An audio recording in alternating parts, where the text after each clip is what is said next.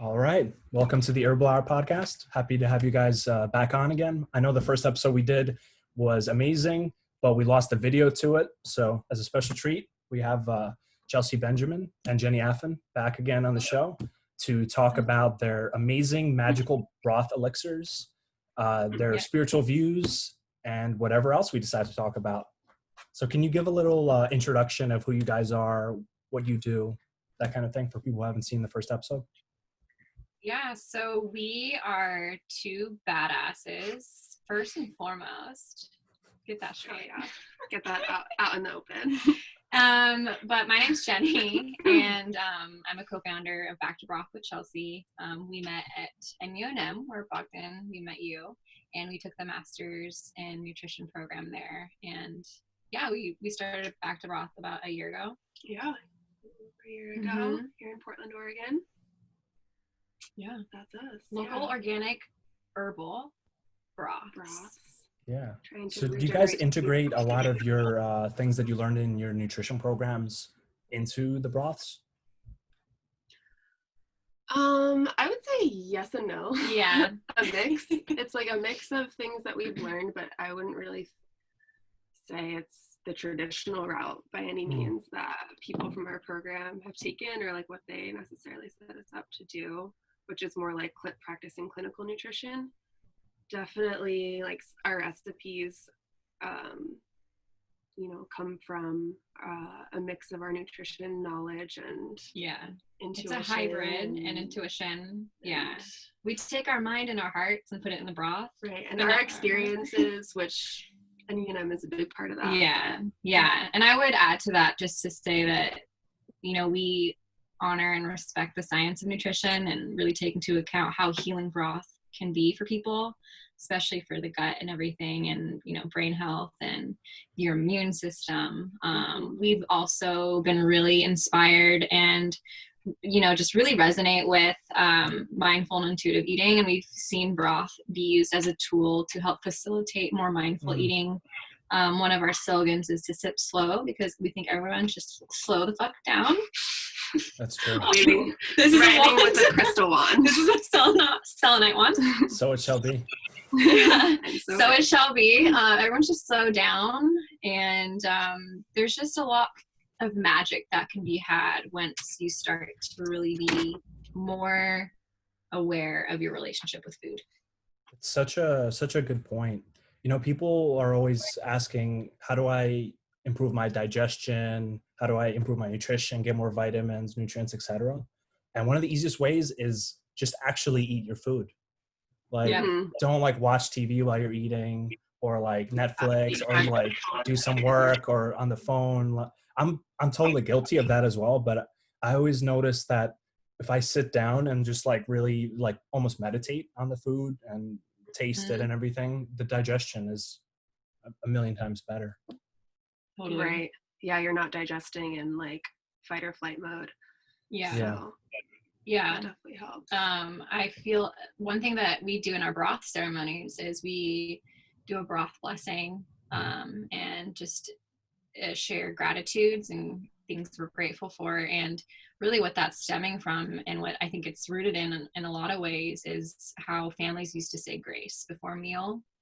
And what that allows people to do in a family to do even together, which is even more powerful, is just take a moment to slow down, like we said, and also just to say, put yourself in this mode of receiving, which when you are grateful, that's what you're doing. So that's definitely a huge part of our mission as far as just instilling that, because like you said, Bogdan, if you just slow down, right, you can assimilate nutrients better. You start the cephalic phase of digestion begins, and you create those enzymes in your mouth. It all makes sense, right? Science, spirituality, all coincides together. So this is a big question. Where does, science and spirituality come together? We're going right for it. We're just going right to the heart of it. We're going for the one question. That's where. Say that again? Where does it? Yeah. Where does let's, instead of saying science, let's say matter. Where does matter and spirituality coincide? What are your guys' personal beliefs about the spirit and reincarnation and things of that nature? big question. Yeah, that is a big Yeah, question. we're starting out with the big ones. Yeah. I'll go first. I mean, the first thing I think about as how that's helped me really understand spirituality. I am so logically minded and just grew up very analytical. So for me to even get on board with spirituality, I've had to kind of hack into my own brain to reconfigure the beliefs that I even have had as a child, to fully believe in spirit and source and God, and thinking about everything as energy has really helped me a lot, and on a scientific level and spiritually, because if we're all vibrating at a certain frequency, and the science thought, then it also makes sense with a lot of spiritual practices as far as like manifesting or like doing quantum leaps, things of that sort. Yeah, I was basically going to say the same thing around like, I feel like for me personally, like I'm a very like sensory person, like, triple earth sign, like it's kind of like I need to like feel it and experience it to believe it sometimes. So like I kind of also have had to like hack my thinking. Yeah. But like thinking of matter as energy, like not separate from spirit in that way has definitely helped me a lot. Yeah. Even then too, there's still that little like smidge of doubt from that like logical side, but I think that keeps you balanced, and that's actually what I've experienced. There was a few years where I was just like so up in the clouds, really everyone just goes through that hippie phase, right? Yeah, that I was there. Very straight up hippie, Exactly. essential oils cure cancer type of deal. Totally. And so I was like activating my higher chakras, right? So I was really up in these upper 3 chakras, just like only like anchoring into that. And I realized that I wasn't anchoring into the lower 3 chakras, which are of this earth, where I am currently. Yeah, dude. Yeah. I've been doing a lot of root chakra. I feel like the last year for me, it's just been like my root chakra healing, like breaking and healing, and kind of reinstating like a sense of safety and security in like the 3D physical, which has been really hard like amidst this year when it feels like so much of like the physical world is kind of on fire and on fire, and literally a lot of like disillusionment this year. Oh my god, like the veil has lifted. Big theme. Yeah, it's been pretty much one thing after another. Living in Portland, first the COVID, then the riots, then the wildfires, and it's kind of just been nonstop tumbling. And it's not stopping. It's not stopping. Yeah. And they're stacking too. Like it's not like the things that are earlier are going away. It's not like one thing and then another thing and then another thing. It's just like one thing plus one plus one plus one. So, but I think that it's gonna be an interesting fall, dude. Viewed from the right perspective, I think anything like that could be helpful, because I think there's lessons from the struggle and the difficulty that you don't get when everything's really good, and that's really unfortunate that it kind of has to be that way. But that's pretty much a common experience that like difficulties, challenges, struggles, pain, that's actually what leads to the most growth. Not like when things are great and you're happy and everything's perfect. That's when you're kind of just coasting and enjoying the fruits phase. But I'm waiting for that, whenever that's going to come. Right. Yeah, it's interesting.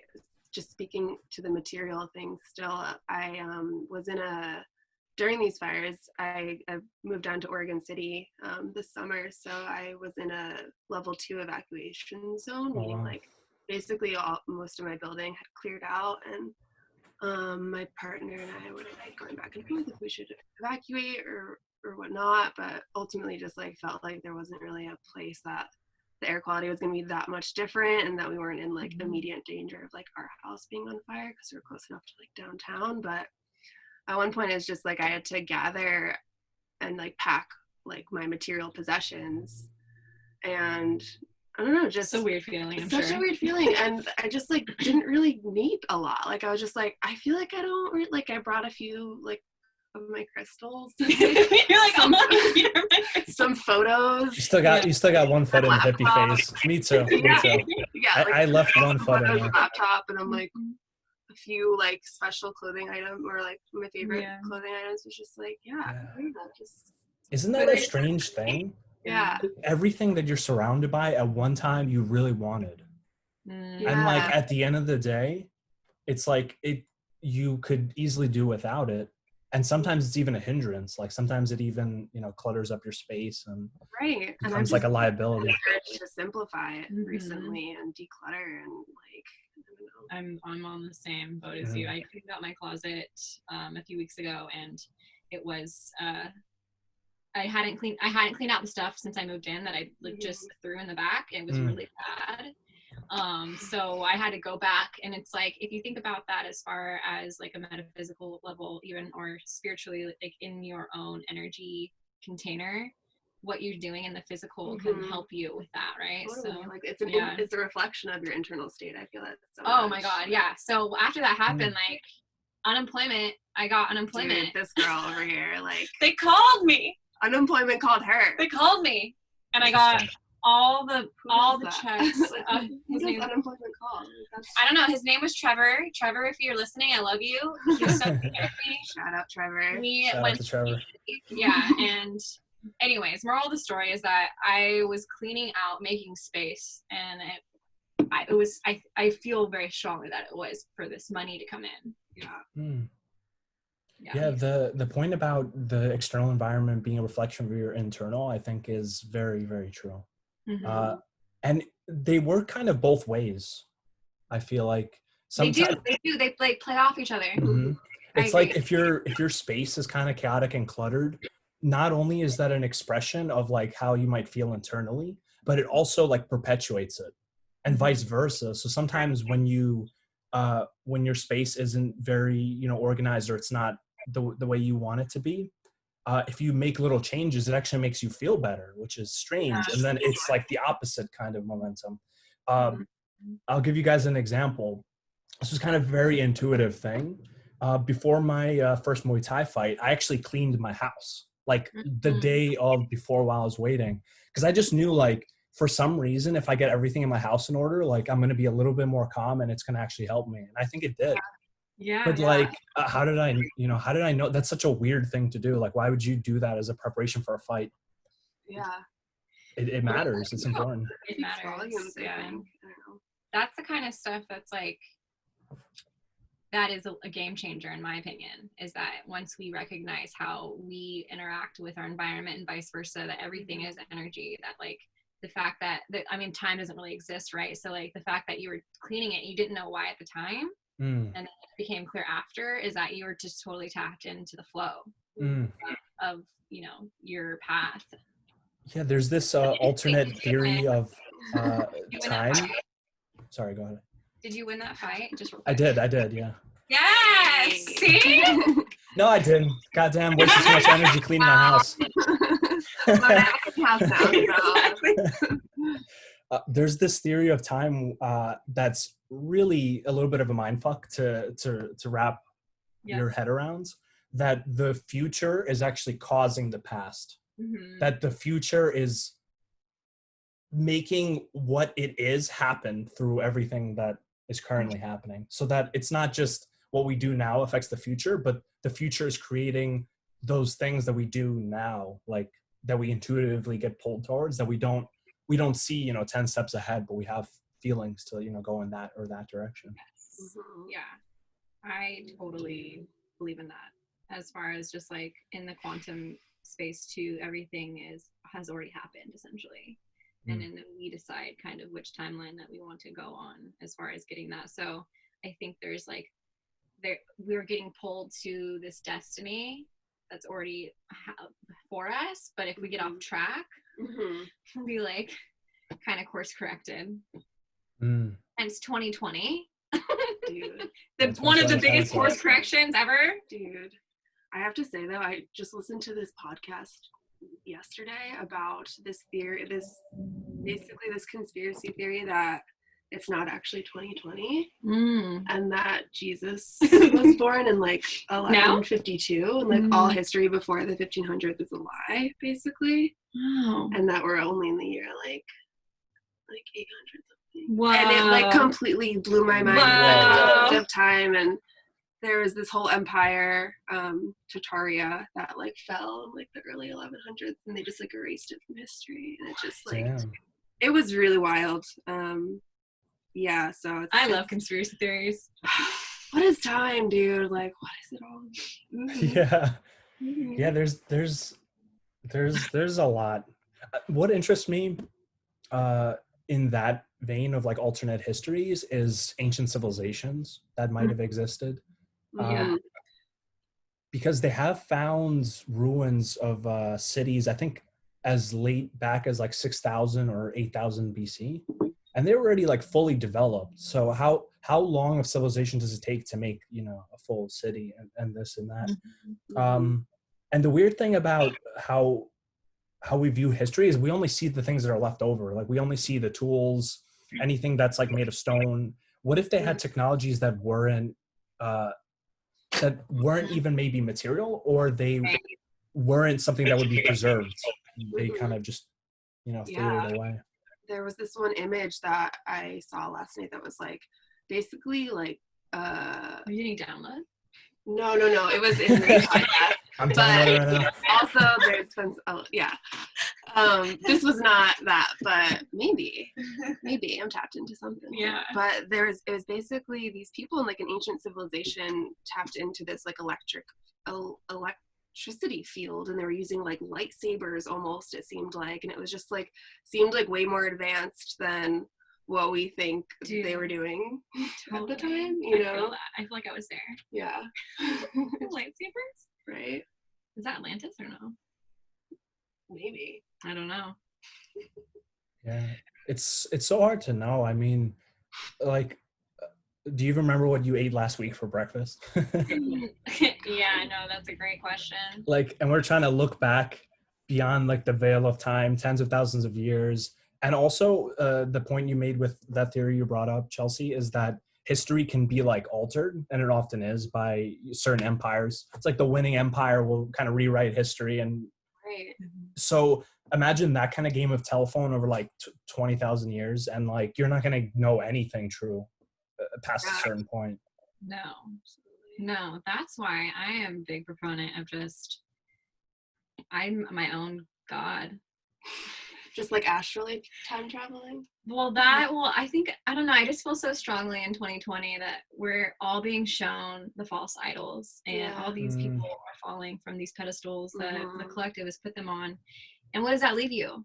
Oh, yourself. Okay, then that means look at your shit. You gotta look at your shadow. You gotta look at, why do you believe this? Why do you believe that? And as far as just what you're saying, Bogdan, as far as like history could have been fed to us so many different ways and all these different truths. And my question is, do you know your truth? That's my question. Have you guys ever heard of or read the book, what is it called? A People's History of the United States by Zinn, I think was his last name. I read through like half of it, and it was appalling. Because basically much of what we learned about, you know, American history it's like 5% of it, but it's only like the good part. It's not like the 95% that's just like horrible, terrible, like what actually happens. It's like a whitewashed, like narrowed lens, really. Right. Like our education system. Yeah. There's so much darkness that has been I just visualize it as cement when you're laying down foundation. And I just see each of those layers of, I mean, we'll specifically talk about America since it was born. Each of those layers every year or whatever, the energy, the way it's going to work is I just see it's all this darkness. And then on top of it, we have this facade. So that's why I feel like it's all coming up to the top right now, and it's so dense. And it's so hard for people to believe because it's been so hidden. Yeah. You know? Yeah. But it's also like it can't be ignored anymore either. Yeah. We have no choice. Civilization has become so developed, but we kind of have been having a reminder of how fragile it actually is. Yes. How little it takes to just throw everything into disarray. Like you have just like a virus, you have some fires, you have rioting, and then that's it. Everything that we know of as normal life like can quickly change. Oh yeah. And then it's like being okay with like I feel like this is really hard for a lot of people, like when you have a certain belief about something and then like you like learning new information and like changing your belief about something can be really hard for people. The cognitive like, dissonance. Yeah. Dude. Yeah. Cognitive dissonance. When this all started in March, I remember a few things. One was I was more excited than scared because I felt like we were entering the Wild West, and I just love the Wild West. And I just felt like this is the dark night of the soul, like the collective me right now. Definitely like, for the West Coast. Yeah, I'm like ready. Like, let's bring it on. Like, we can learn how to like build our own garden or grow our own gardens and like make our own whatever, sustain ourselves, like self-sovereignty, you know, like, and that was the main thing I was feeling at the beginning of this, and I'm still excited, honestly. I feel waves of like inspired by that, and then waves of feeling like really jaded and heartbroken, and I read something today around like, you know, you can still like walk towards justice, like with grief and with anger and with sadness. You just have to keep walking. So it's like that resonated with me. It's interesting because there's kind of dual forces of that. There's like the move towards sovereignty of the individual, but there's also like increasing power of the state. Like they're kind of happening at the same time, depending on kind of where you are, who you are, that kind of thing. Because lately, I mean, it's been shown that the federal government can basically close down businesses indefinitely. And no one gets to vote on it. No one gets to, you know, no one actually got much of a say in anything that happens. No. Right. So, I mean, that's scary to me that's all it takes for something like that to happen. So yeah. I think the unemployment and the destruction of a lot of small businesses, that has probably overall done more damage than the virus itself.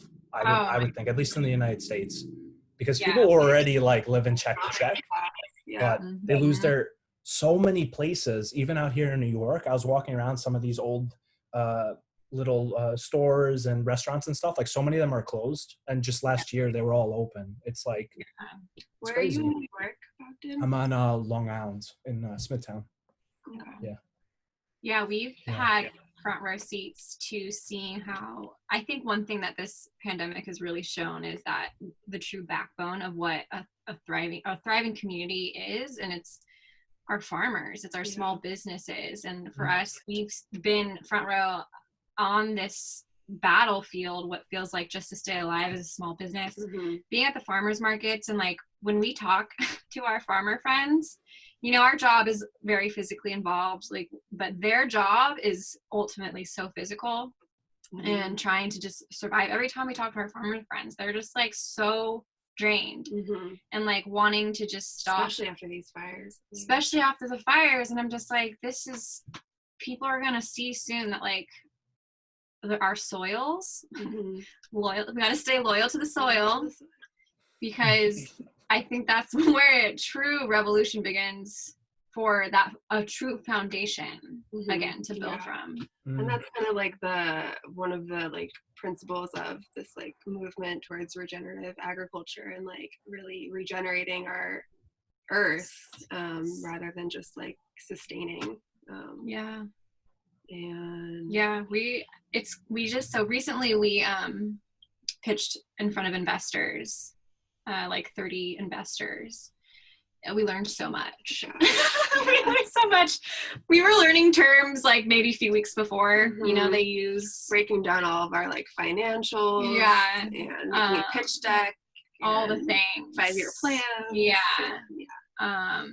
And we presented to them. This is one thing I said that I hope that like would stick with them, but I don't think it landed. And I said at the end of our pitch, I was like, I want to shift from consumerism to stewardship. And I wanted that to hit them, but it didn't, because they're just not ready yet. And I think for Chelsea and I, like, part of our duty and our responsibility is just to keep trucking through these really difficult times, because when people are ready, in like 3 or 4 years or whatever, we'll be there. I feel like, just to add to that, I feel like through this year we've seen so much how like just the globalization of things is just not really working. and even with like USPS and just really like bringing it back to supporting like the local economy. Just makes so much sense right now. Yeah. So, yeah. One day. Yeah. One day. You guys have this thought when the pandemic kind of first started and all the toilet paper was running out and everything. Did you have the thought cross your mind that like, what if like there was just no food at grocery stores anymore? Like, what would I do? Yeah. Did you have that thought? I did. Definitely. Yeah. That's why I started gardening. Yeah, I bought a big thing of like protein powder. Yeah. That'll keep you through the time. Last you like, how long do you think that would last you? Maybe like 2 months? It was a really big. You'd be really healthy though. Yeah. But you it's get a big thing of rice, at least protein. You'll. Oh yeah. Relatively shape. It was so crazy because everyone went into fear mode in like a drop of a hat. Like that fear frequency was just on high, and I remember feeling myself like trying not to like fully go into it because I didn't want to start panicking. Mm-hmm. I was like, I can get these things. I had one. I had 1 12-hour period of panicking, and Jesus came to me during the time, actually. And that was also when you discovered QAnon. And I think it was a lot. It was a lot of QAnon, anybody? Like, it was I've heard of it. Can you talk a little bit more about it? Because I know like little facets of it, but it's a pretty fascinating subject as far as conspiracy theories go. Yeah. So essentially, when this all started, I saw one of our friends post something about Oprah being a child sex trafficker. Wow. And I'd seen the post before, like months before, but I was like, that doesn't make sense. Like, I love Oprah. Like, I want to be her, But then for some reason, when I saw it this time, I was like, I'm going to look it up and like see. And then I just, as they say, went down the rabbit hole. Mm-hmm. Essentially what they believe is a lot of the elite and people who are in high regards as far as like politicians and celebrities, all those people, the royal family, essentially, and it's really terrible what this theory is that they torture children to then extract to get their adrenaline going. And then they adrenochrome. Yeah, they extract the adrenochrome. Wow. So yeah, it was yeah. And we had a broth shift that weekend, right? I went to the kitchen like telling Chelsea all about this conspiracy theory and like showing her all the documentaries I was watching. I was like, but look at this, and like we had like a 13-hour broth shift, so it was just like a long time to like go down all the rabbit holes. Yeah, but I've come a long way since then. Like, I'm now to the point where I feel there's darkness being had, and I know there's already trafficking happening. We know that. Yeah. I think the way that QAnon is structuring or like framing it might be a little off. I think that applies to just the path of spirituality too. If you go at it completely believing everything and finding reasons why the things that you believe are true, like you'll also go down the rabbit hole of that and end up believing in reptilians and all sorts of different beliefs that like that's like the allure of a conspiracy theory, is because you can't really prove it not to be true, and it's very based on like pattern seeking. Yeah. But like I think that same critical mind helps for that as it does with spirituality. I know in my journey through going through medical school, like a lot of my beliefs were challenged, because when you learn a lot about the body and matter, it leaves less room for like where's spirit. Because the more you learn about the body, the more you're like, I don't see it anywhere, actually. We seem to know most of the body, but haven't been able to. Body down into so many different parts. It's like you don't see how it all works together necessarily. Exactly. And it challenges a lot of those beliefs. But I think at the end of the day, it makes those beliefs deeper and stronger, where I become more and more kind of unsure of my beliefs, but not in a bad way. I just don't know. Like I can hold multiple theories in my mind without believing in anything. That is the theme right now. Yeah. Embracing uncertainty, expecting the unexpected. Exactly. It's a big one recently. Yeah. I had this download of sorts a few months ago when I was coming out of my QAnon closet, cave or hole. I was like, Jenny, you can't. I was watching, I think his name Alex Jones. I don't know. I was watching this guy. It's funny. I was like, I was on one, y'all. Like, and so I came out of this being like, I need to self-discern. I need to ask myself what I believe, because I was even coming off, it's the, you're saying with spirituality, like whatever you go, you can go too far into. And I just had this download of this knowing of like knowledge without discernment is like a seed without soil. So then in that sense, it's like, if you have knowledge but no discernment, what does it really make it if you don't know what to do with it, or what you feel is true or aligned with you, like from innately? I feel like especially like just that speaks so much to like where we're at in like the culture right now, just like with all this different information coming in. Oh my gosh. And stuff, like, yeah, that's such a good point, because it's so hard to really know what's going on. And pretty much like a month or two into it, in the beginning, I was just like reading as much as I could. And at one point I was like, I just completely disconnected myself, because I was like, I can't know what the truth is, because there's so many, there's the official source saying this, and there's the official source saying this, and then there's like the underground source saying this, and the mainstream media saying this, and online saying this. And I was just like, I can never know what the truth is. I'm just not going to involve my mind in that kind of thing, because I'll never know what's actually going on.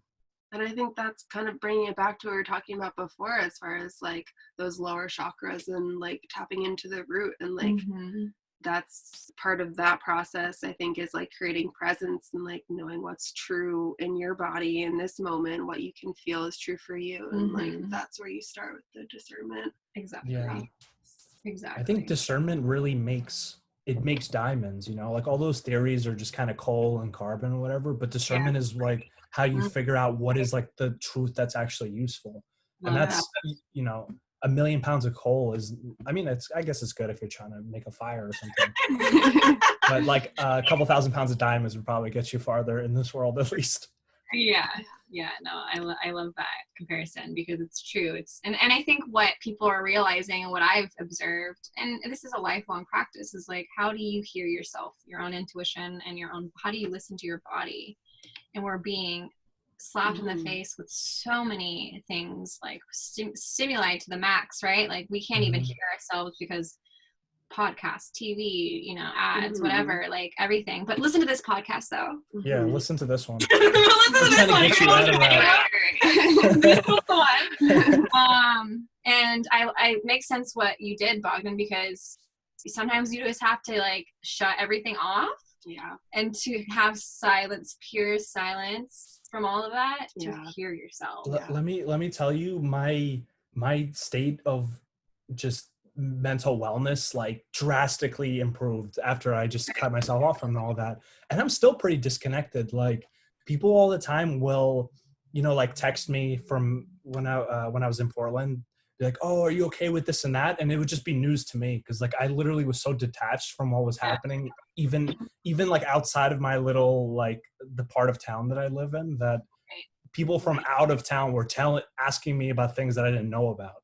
Right. So I mean, it's to some extent you have to do that. It might be dangerous to not be aware of your surroundings, but when it's just so constant, and it's like, and it seems like it's just scaremongering a lot of the time, especially with the media, because they feed off of that kind of fear, because like that's what, you know, gets views, because, you know, we're biological creatures. So like when our fear response gets activated, like we want the information, we stop thinking, we want to see what's going on. Like they have it down to a T, you know. They've got us down, and that's where that like foundation, this whole country and most of the world has been founded on fear.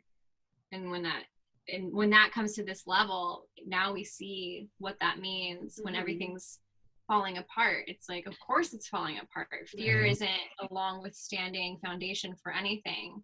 And it's becoming way more prominent. Thank goodness. That's why I'm excited. Like all my lifetimes being a cowboy or cowgirl, I'm just like, bring it on, you know? Giddy up. Giddy up. Exactly. Let's not tempt the fates. We don't know what the fourth thing that's going to happen in Portland is. It might just be like a tsunami or something, or an earthquake. No, I think an earthquake's coming. So I'm not trying to call it in, but I've had dreams. I might not come back. I'm gonna come back for that. No, if you come back, the earthquake will break us off as an island, and it'll be an island vacation. No, dude. That's Oh. What's Cascadia? You guys know about Cascadia? Oh yeah. Oh, What? Cascadia. Cascadia what? So Cascadia was basically this. I think it was it California, Oregon, and Some part of BC, just like Northern California. What was that book? It's about that. Read about it. I forget. But when I moved out to Oregon, like the people I was surrounding myself with at the time were like very into Cascadia. Oh, was it yeah, they were basically trying to form their own like sovereign state, like outside of the United States, which is like a really cool idea. But I was talking to someone about it, I'm like, you really think the federal government's going to let that happen? Like they're going to let a state secede and not do anything? Like I don't believe it. It's not that they would just let it, but It if might we get come to the it. point of It might come like, to it. yeah, I could see us in the next few years kind of like breaking up in that way. Like if things continue to Yeah. get Yeah. I have a prophecy because I was Oh, gonna okay. write this story, and it was this writing contest where you could win $800, and I only found out about it 2 days before. But I thought about the story I wanted to write, which was it was about to do with food systems. So it was like imagine a food system, so opposite of Black Mirror. Imagine where things go a little right from the current situation. So it was year 2033, and it's from the kid was born in 2020, so they're 13 now. So they were born through this whole thing. The kid's like telling the story of like, you know, some people my age have trouble like recognizing people's faces because of the masks. There's people who live in these villages where there's body contact and people are okay with that. Like it's totally okay to hug. Like, and if you go to that part of the village or the town, that's okay. And then another thing that I thought about was just all the malls and like the huge department stores are all turned into like open air farmers markets, because I think that would be dope, and like really like centralizing more of, so each community would have a pocket of food that's centric from the local region, essentially. But yeah, just even like thinking about that kind of stuff, like what could go right. Yeah, like basically this kid was like, my mom told me that everything went to shit, like the government's all shut down, like it was like basically an apocalypse, but we've built it up from the ground up, and now people who want to live this way, they all kind of section themselves off into those own groups, and people who want to live that way are living their other way. So I don't know, maybe it'll happen. Also, there's a major, the next major eclipse that crosses over the United States. I just saw Eliza Kelly, one of my favorite astrologers, post about this. Like goes right across like the line where the original 13 colonies. Oh, that's in a so few crazy. years. So it's just like, what year? I think 2024. I'm just like, That's so wild, right? Like the path of the eclipse is right over it. I'm just like, oh my gosh. So yeah, who knows what's gonna happen? This is like a suspense thriller movie that we're actually living in. Like, what's next? Up, get some popcorn. Yeah. Some farm fresh popcorn grown from your local town. Seriously. That's a big issue though. Like if the food supply really did shut down, like can you imagine what would happen? Like it would just be made, like there would just be looting and rioting, and then we'd actually have to live with the land and find harmony with the seasons, and that would be hard, but to get there, all this has to fall apart. Like that's the dark night of the soul. Right. Things completely breaking down. But there's also ways we can like implement it, like with, you know, back to broth. Like we're trying to really like give that message to people as far as working with your farmers, and we have a seasonal broth every season that like utilizes the foods that are grown in that season. So it's possible. We don't have to be so drastic. You know, everything just fall to ashes or burn to ashes, but at least we'll have broth. At least we'll have broth. Exactly. You could live on broth for a while, so that's broth and your tinctures. Yeah. You know, for the like medicinal effect, then for some broth, and that's it. You what? We just need to connect with someone who makes like protein powders or other foods, and then you have all three things All that the you things need we need forever. to live forever. Yeah. I was just imagining us all with like lots of fire and things crumbling around us. So like holding our like broth and tinctures. Like I'm just drinking my tincture, my common. I feel pretty good. That would be so funny. Can we just like us three take a picture and then I'll get someone to Photoshop flames around us, Right. and we're just like sipping the tincture, just like life's good. That would be fun for some kind of sale, like Apocalypse 30% off sale, and it's just like fire behind us, and we're just like The smiling. apocalypse sale. wait. Okay, it's We happening. could do Could be a we thing. could do like a product, we could sell them together. We could have a funny tagline too, like "The world's crumbling, but you don't have to," or something like that. Yeah. The world's burning down, but Ideas. you don't have to with these herbs. The world's burning, but our products are fire. Ooh, Fire. Fight fire with that's fire. the one. That's the one. Yeah, that's awesome. Cool. Yeah, Agree on that. it's been really interesting times, especially with the wildfires. That has been so. What I understand the situation, they've been mostly kind of calming down in the West. When I was there, it was like I think I was there like a week and a half ago. There was just so much smoke that it was as if it was misty. Like you couldn't even see far in front of you. It just smelled like a campfire outside. Yeah. Um, And it was just like the air quality was so high, like people didn't even know I didn't what even. the Yeah. effects on the your health breathing. are or anything. Yeah. It's terrible because like I was mentioning, like the wildlife and the forests and the trees in Oregon are probably the best part of it, and like that's the part that's under attack from whatever Mhm. nature or I was hearing the coyotes just like crying as the fires were happening, and it was because my backyard it's just like woods behind my backyard, Mhm. and there's like a local coyote population, and I think they were just like having a really hard time breathing or something. Probably. Oh no. It was just like I heard them crying all night, and I was just like, It's so sad. I don't know what I was reading, if you guys read this too somewhere about the fires, but it was something to tie in with just like the natural way that I think Native Americans would burn forests. oh yeah, Because the forests need it. yeah. The like not the I forget what it's they called. would like controlled fires. Fires, Yeah. right. And then We stopped doing that. we stopped doing that, and now I think what this was saying was that now one of those effects from stopping that is that the fires get way more out of control. Mhm.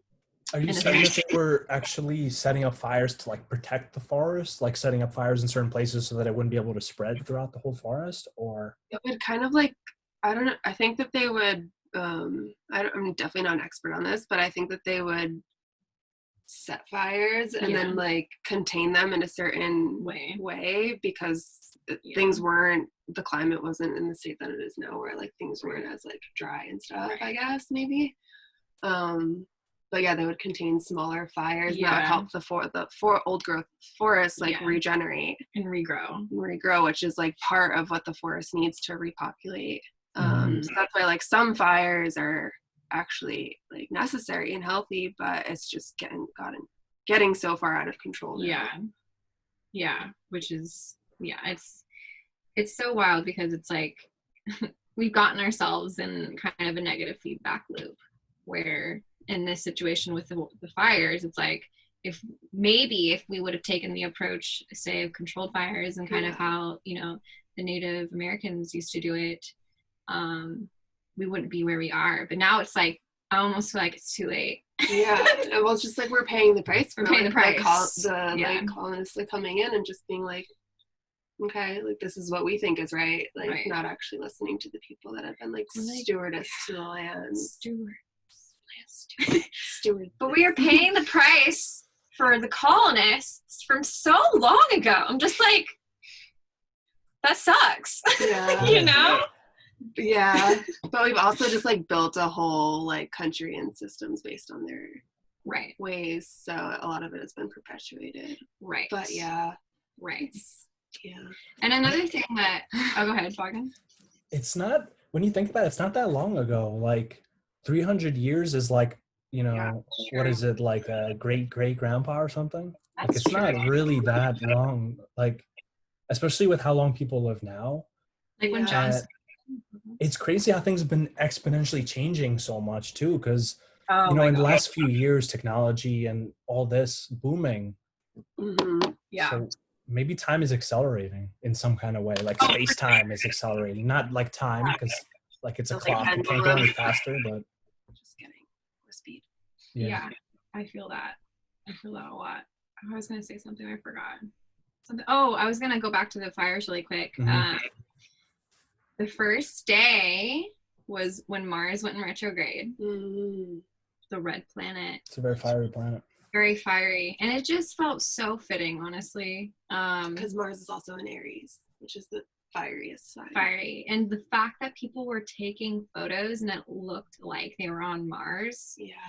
I was just like, you can't make this shit up. You know what I mean? Like, of course, some people don't believe in astrology. It sucks for them. Life might be a little more dull for them.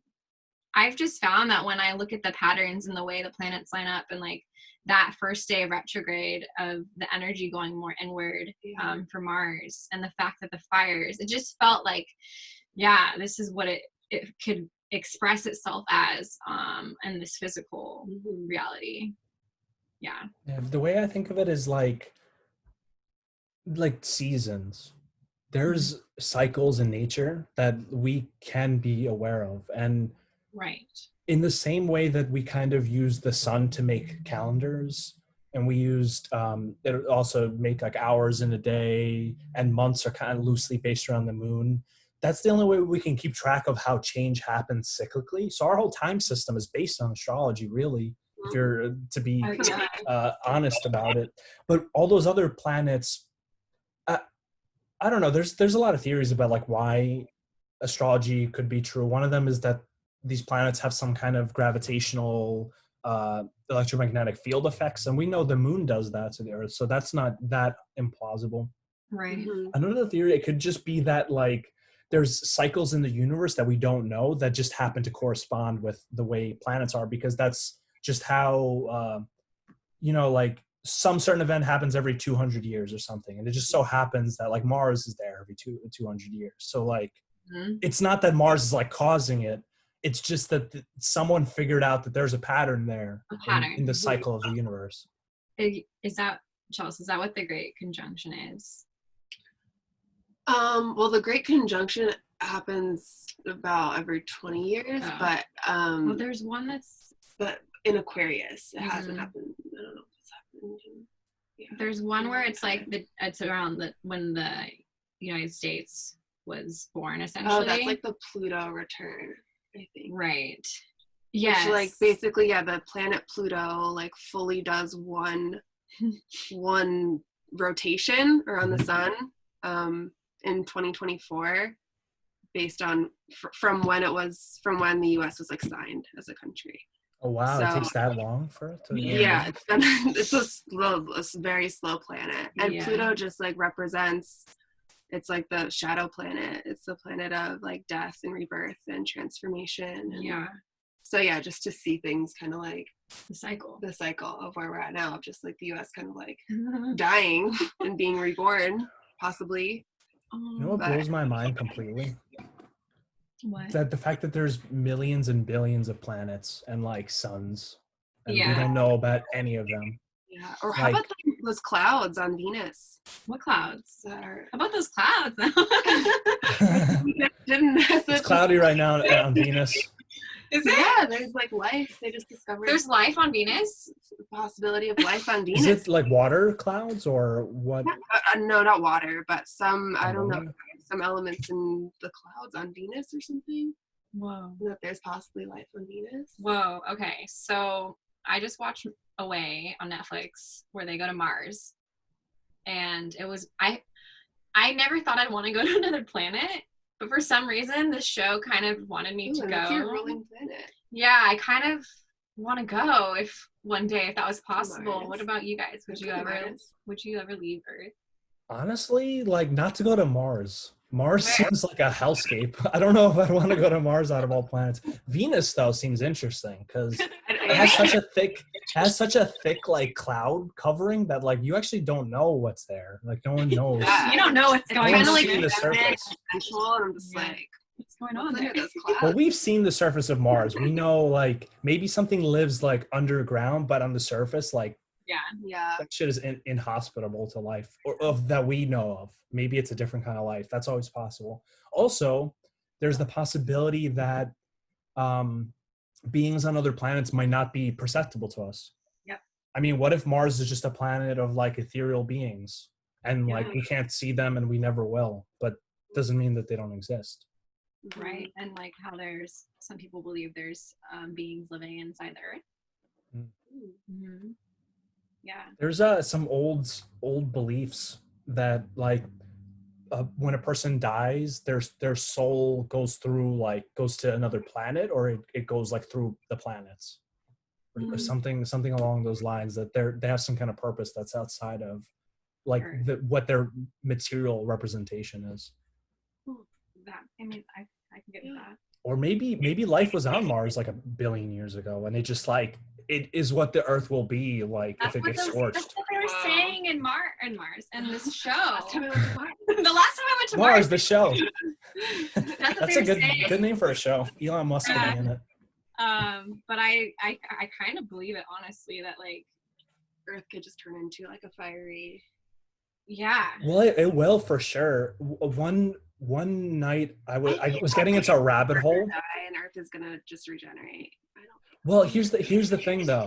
They're predicting that I think it's in about, I forget if it was like 100 million or 1 billion years, the sun will actually expand enough that like it'll encompass the Earth. Oh. So like unless the Earth actually is like in a different place in orbit, like there's a certain, you could read in Wikipedia, there's a certain time where based on the sun's like life cycles from studying other stars, that it doesn't like matter, like it's going to end, this Earth is going to end for like there's like a definitive date almost. Like it's in the ballpark of, it's like 1 billion years, but the fact that there's even like a point where it's like I'm like, I don't know what you'd even have to do. Would you have to like destroy the sun to keep it from destroying the Earth? Is that what 1 billion years later the humans will be faced with? They'll be like, if we don't destroy the sun, it's going to destroy us. I think that's going to be the end. Yeah. Like, because that's the cycles. If you kill the sun, there's nothing. But then we just go to the next galaxy. Well, the sun's supernovas, right? And then all the matter that's in the universe supposedly comes from stars, supernovas, which is really trippy because they're basically like, they're like the phoenix. They're like dying and birthing new structures. Right. Yeah. I mean, I guess I don't know if we'll be connected to that end or not, but it is like crazy. 1 billion years from now, it's like we won't even. Yeah, that's a long time from now. I don't need to worry We'll about be it. like traveling. We'll have like all little like. That's later. That's later on. Don't worry about it. I do want to mention though, aliens are here. They're here. They're in the sky. They're just not making themselves known or seen yet. But I feel that really strongly. I also saw a spaceship when I went down to Central Oregon. Didn't see it specifically, but I saw aliens when I went in Central. Yeah, there's something going on down there. I don't know. That land in Central Oregon near Bend is really potent, and I think it might be some sort of like vortex or like energy center for extra dimensional or higher dimensional beings. But I definitely saw a spaceship in the clouds. Damn. I was like, and like when I was sleeping in my tent, I swear I was just like, there's aliens outside right now. They're just there. I accept you. They're just in the river. Yeah. They're there. They're there. Yeah. There's this theory that every age and culture like interprets whoever those beings are differently. Yeah. Like there's this idea that when people were very tuned into Christianity, like they had visions of angels and they really believed in angels. And when, people believed in gods, they had visions of gods. And now when people believe in kind of more science and less in like metaphysical creatures, like other life. But there's this theory that whatever those beings are, they're the same ones that have always been, but like we can't perceive them other than how we project right. we think they might be onto them, because they're not like easily perceptible to us. Our mind like creates some kind of image Create for them something. that they don't have. Yeah. Yeah. I do think there's a difference between like certain like fairies and like Mm-hmm. gnomes. Mm-hmm. Noam Yeah. Chomsky. And like vampires. Yeah, like other like different types of like magical creatures that are Right. Yeah. I think or, like a nymph. Or, yeah. Like maybe their dimensions, because I also really believe in Sasquatch, and I feel like he's kind of like in and out of this dimension a lot, and that's like why people He's in and out of this dimension. That's the I first was time I've ever heard. I That's saw a him for funny a second theory. and then never seen him again. Yeah. You see Well, that one explains why he's so hard to catch on photos, because he's exactly moving through dimensions. right. So I feel like maybe those kind of creatures, they can kind of shift in and out easier. Maybe their dimensions are closer to ours in frequency, and then those of like maybe aliens or other beings that we kind of project our own perception on might be in higher dimensions, because we can't even like fathom what they could be. Totally. And I know like some people just refer to their like guides or like as aliens. Yeah, just like whatever resonates. Yeah. I think it's pretty much impossible that there's not life elsewhere in the universe. Like, Yeah. I feel like it's a you know, to say bold assertions need bold evidence or something along those lines. Like if you make a bold claim, you have to have bold evidence for it. I think to say that there isn't life in the universe is a bold claim, because like there's almost an infinite expanse, and like there's planets that are just like this, and there's solar systems that are just like this. So to think that there isn't life in the universe is like, why would you think that if it can happen here, it can't happen elsewhere? That's almost like some fallback of old Christian beliefs that, you know, we're very special and we're like the earth is the whole universe and those kind of things, that we're the center of the universe. Right. We're realizing we're actually not the center of the universe at all. Yeah. There's definitely, I always thought, because like we're here, there has to be other things out there. And I mean, we're aliens to them too. So yeah, if we came to their planet, like if you came to Mars, you'd be an alien. You'd be like freaking out the Martians. Like, what is that? What is that flush bag? Yeah, they're just like energy orbs. They're like some weird smells. Yeah. So there's definitely life out there. But I feel like we might. I think what's going on is that 2020 is like the big bang in a way, as far as cognitive dissonance and how people are going to handle it. It's just like slowly things are going to become a little bit more crazy and a little bit more crazy, but we have to take steps, right, to like digest all of this. And then soon, I really do feel like the aliens are going to be like showing themselves, because we're literally going to be like, I'll believe anything. Right. Yeah. Like, of course, you know. What do you think that their message is going to be? Well, I hope it's like the movie Arrival. Yeah. I love that movie. That they want to help us. I hope. They're not just like, y'all are fucked. Yeah. They're just like eating popcorn. It's just like a reality show for them, maybe. No, we are. They're just like interdimensional, just chilling, watching people being silly.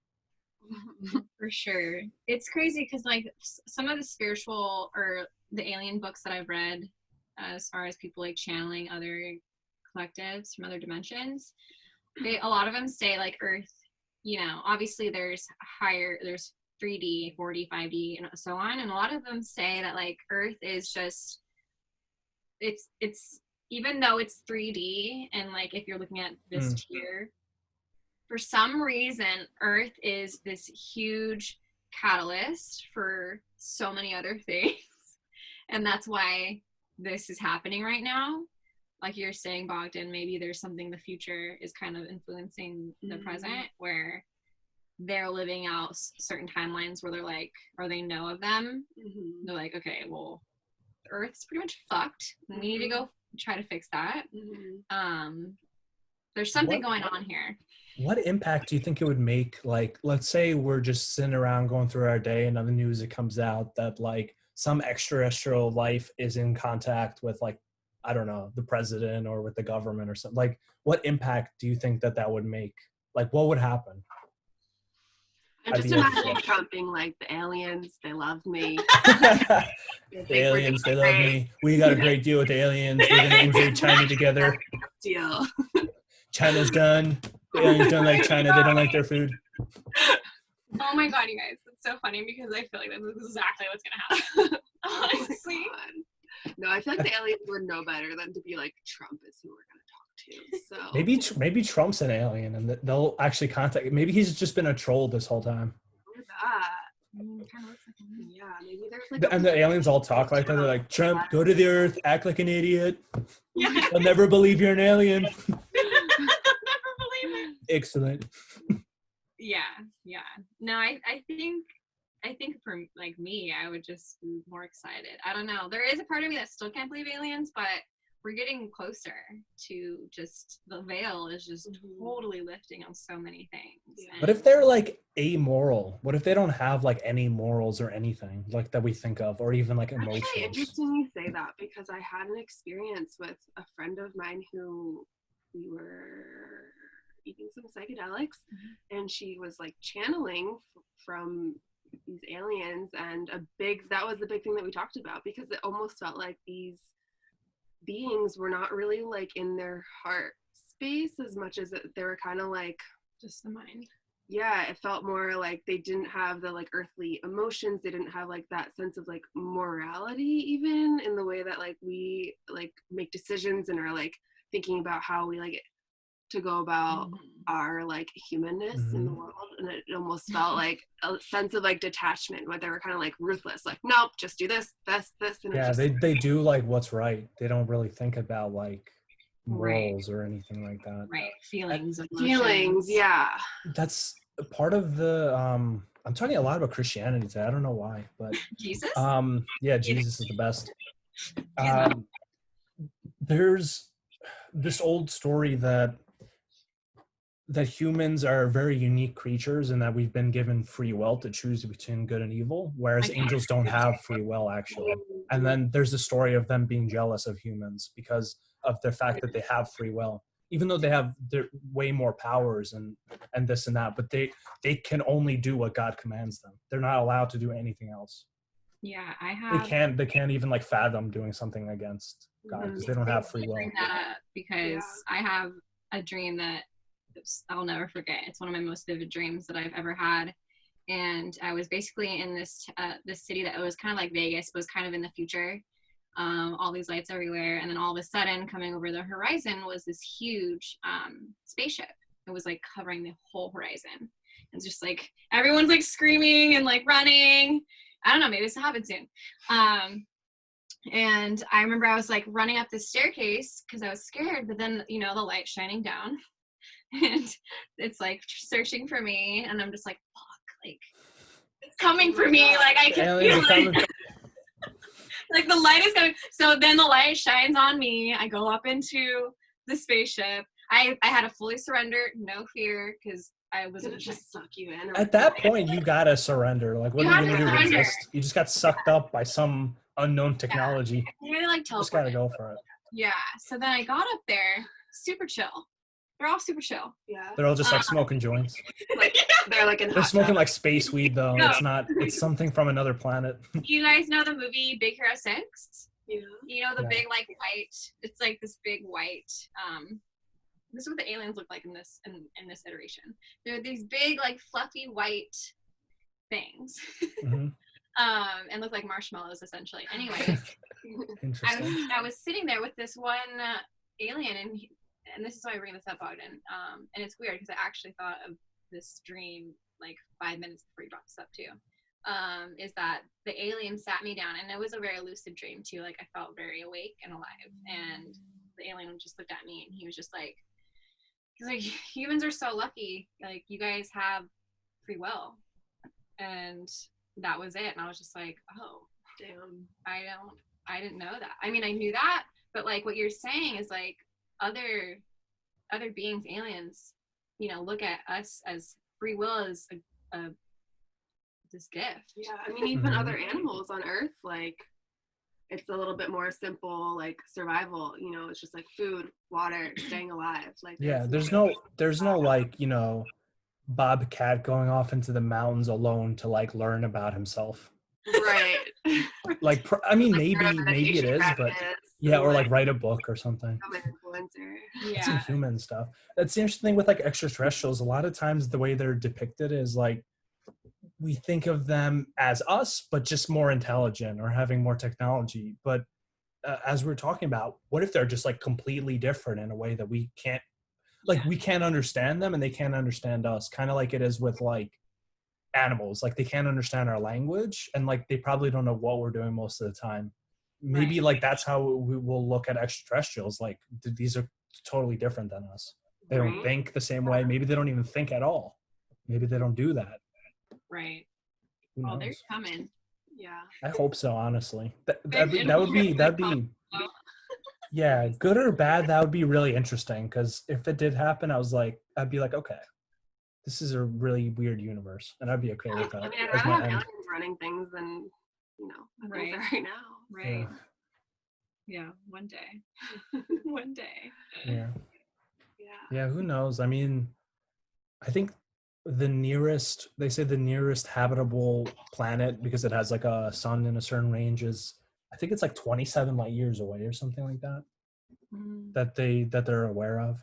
But that's assuming that there isn't modes of travel that are like different than what we have now, that aren't just like from point A to B, but are like, I don't know, interdimensional or through whirlpools or something that we don't understand, like teleportation or something.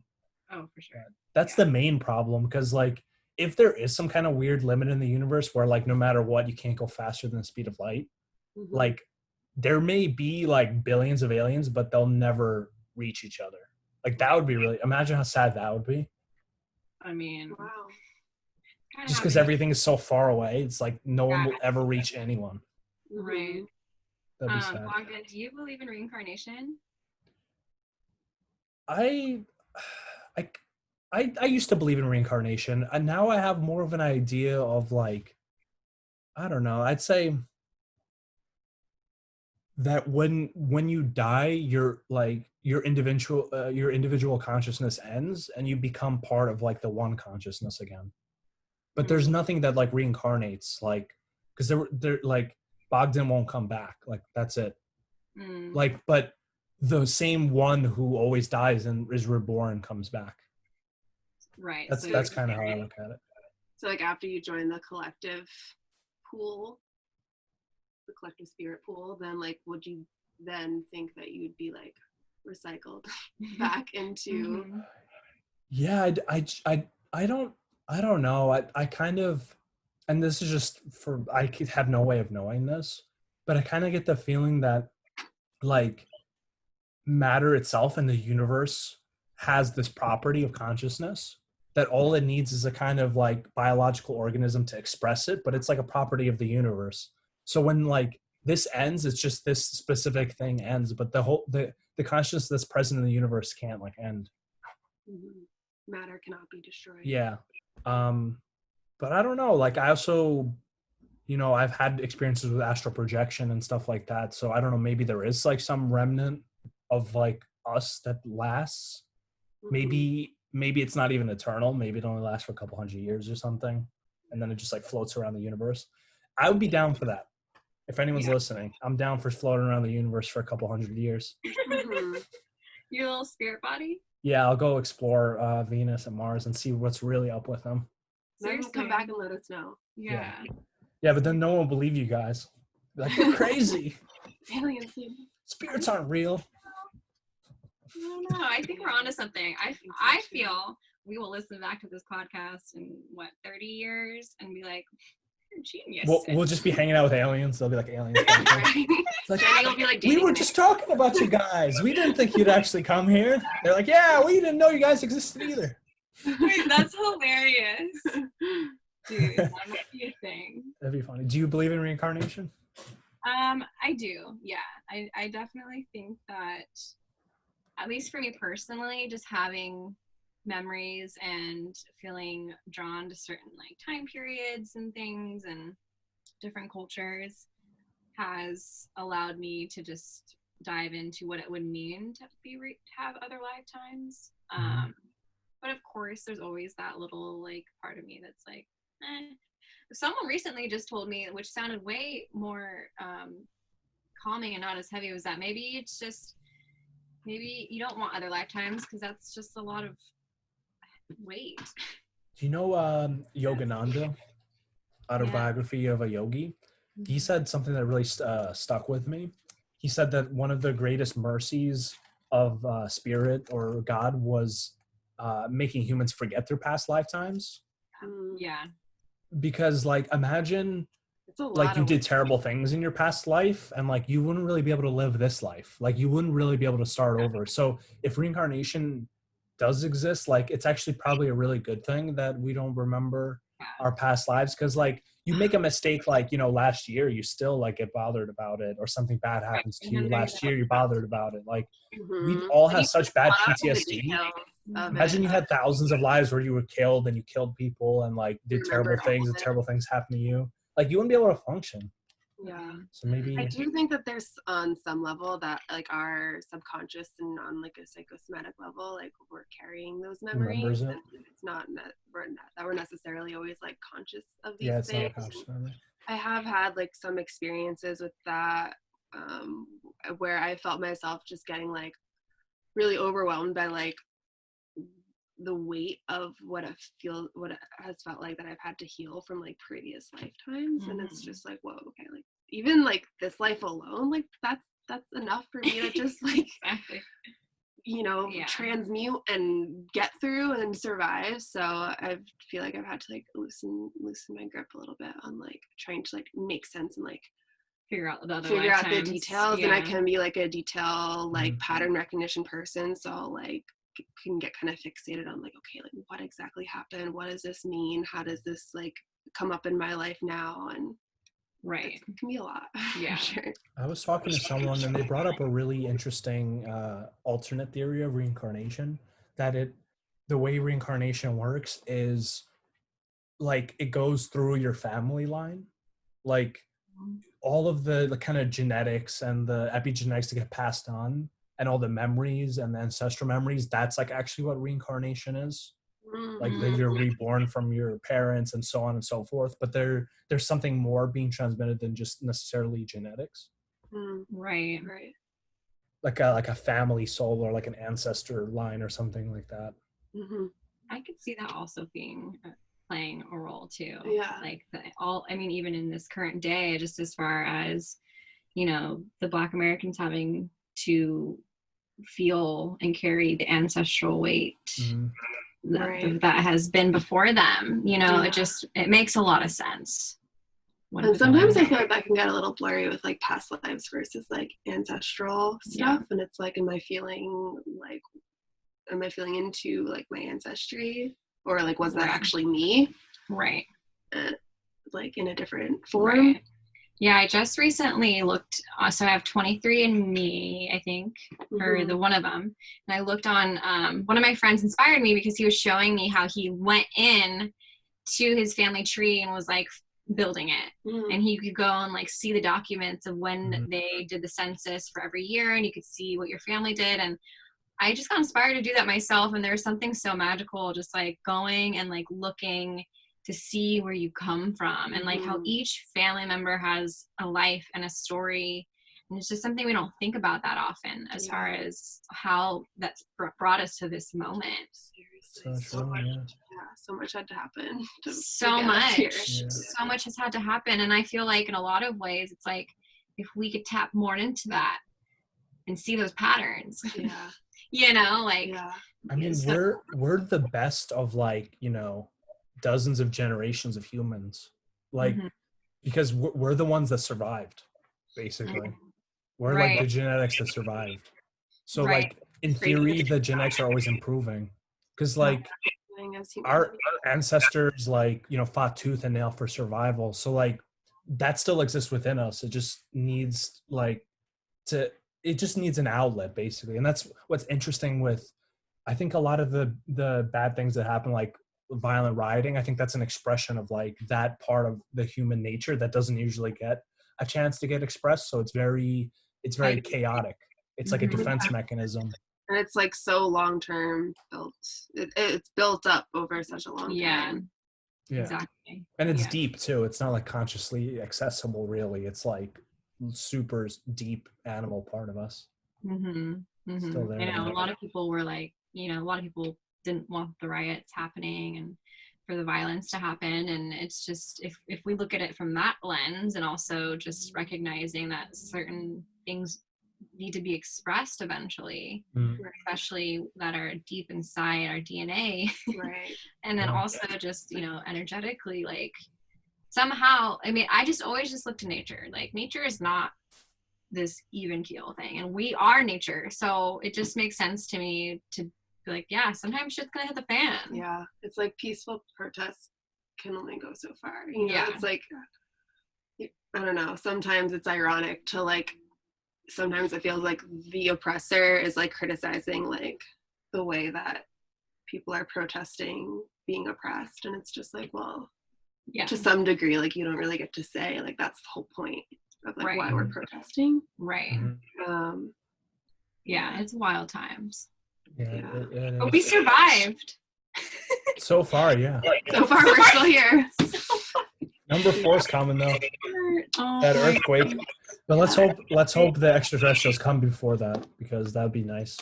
There's a big full moon on Halloween in Taurus, Scorpio retrograde. And then we have the election, and that's gonna be interesting. I'm gonna start building my my underground shelter. I don't know if you guys need an underground shelter. Oh, you don't have to I'm slacking. I was trying to wait till the last minute, and I think it's the last minute now. I'm gonna wait until the earthquake, and then there'll be huge like crevasses. Ooh, that's smart. And I'll just crevasses. Find a nice crevasse. Yeah, that's a smart idea. What's your escape plan? Like if like shit hits the fan, where do you go to? Well, dude, I'm personally. You kind of had to a little bit. Yeah, I mean, kind of. You were like. But I had nowhere to go. Honestly, like I didn't really feel like I had great options. But I do feel like my partner and I at this point are just like definitely, I don't know, wanting to have a more like mobile lifestyle. Maybe like van life or something that's just a little bit more like accessible to just being when the shit hits the fan, you just like, drive your house away. Simplifying, like eventually having some land, but it's like it's weird to think about. Like I don't know, I grew up in New Jersey, and I haven't really like ever felt the place that I'm at, like as far as the land here, like feels such a sense of home. And I like have seen myself kind of like spending the rest of my life, or at least like the next foreseeable future of my life here. And it's like, I want to have a farm and live off the land, but thinking about like the fires and the future of that, and like how to actually like build a home that's maybe fireproof, or like what, like how do you even navigate this like this like apocalyptic, like climate changing world, and like building like a sense of security and home within that. So we're gonna have to get crafty. That's what I think is gonna happen. But I also do believe that like van life, mobile life, I mean, it's definitely become more of a thing in the mainstream. People doing that, and also just like living off the land and living in the land, and it's like paying a landlord thing is like really not working out. It's not working out. Gotta go. That's gotta go. There's something beautiful about the way hunter-gatherer tribes would live, where like everything that they had was like pretty mobile. They didn't have that many belongings, and they could always remake everything that they needed at the next place. And their housing was pretty lightweight. They would just pack it up and just go, and set up somewhere else, and then really too. Yeah, this is something else I wanted to share with you guys. I've been getting a lot of like dreams and downloads and visions of flying foxes. Oh, do you know what those animals are? Flying foxes? No. Yeah, they're like giant bats with fox faces, and I saw a tree full of them when I was in the South Pacific like 2012. And it just like shook me so much, but they've just been like infiltrating my genes. And I'm some spirit animal action. Maybe, but yeah, right now perhaps. But few of the biggest things was like shadow work, collective shadow work, and then the community and like finding your role within the community specifically. And then the third thing was like health. Yeah. So just like, well, I feel like something about these flying foxes are trying to come through. Totally. No, I agree with you. There's so much power in community, and that's, I think what's ironic is with the pandemic, we've had to not experience, we can't experience community. And it just sucks, because it's like, that's part of building your immune system, is to interact with your community. And like you're finding your role. I feel like a lot of like that is your purpose to a degree, like your sense of belonging, your sense of purpose. Yeah. For sure. Yeah. It's hard to be very happy or at peace if you don't feel like your life has like meaning outside of just yourself. Like that what you do doesn't have some kind of positive impact on other people, that you're beneficial. That's another thing that's hardwired into us. Along with the bad things, there's also really good things that are hardwired into us, where it's very hard to be happy without like satisfying them. Yeah, that's like the hierarchy of needs. Totally. Yeah, it's been easy to like, I don't know, I feel like 2020, there's definitely for me been moments of just like real existentialism, and just like, it's just hard to find like the meaning and the purpose, and like be aligned with that and feel good about that. It's been a bit of a existential year. It's been 2020 and it's just beginning. So buckle up, everybody. The 20s. The roaring 20s are gonna roar. For sure. Let's hope no dragons come out of the earth, though. That'll be a little bit too much. That would be so dope. I'm down for dragons. What if they're like very anti-human though? Well, that's probably uncovered for us. Is that just how it has to be? I don't know. Yeah. Survival of the fittest. The dragons will reign. I mean, think about it though. Survival of the fittest. Like, this might be too harsh, but like we have basically cushioned our entire existence, and so many people have extended their life. And not saying that people need to die. I'm just saying that like humans are soft. There's a balance. Some dragons there's a balance that Mother Earth keeps you ready. Keeps your mind sharp to know that there's a dragon outside waiting for you to slip up, to catch you slipping.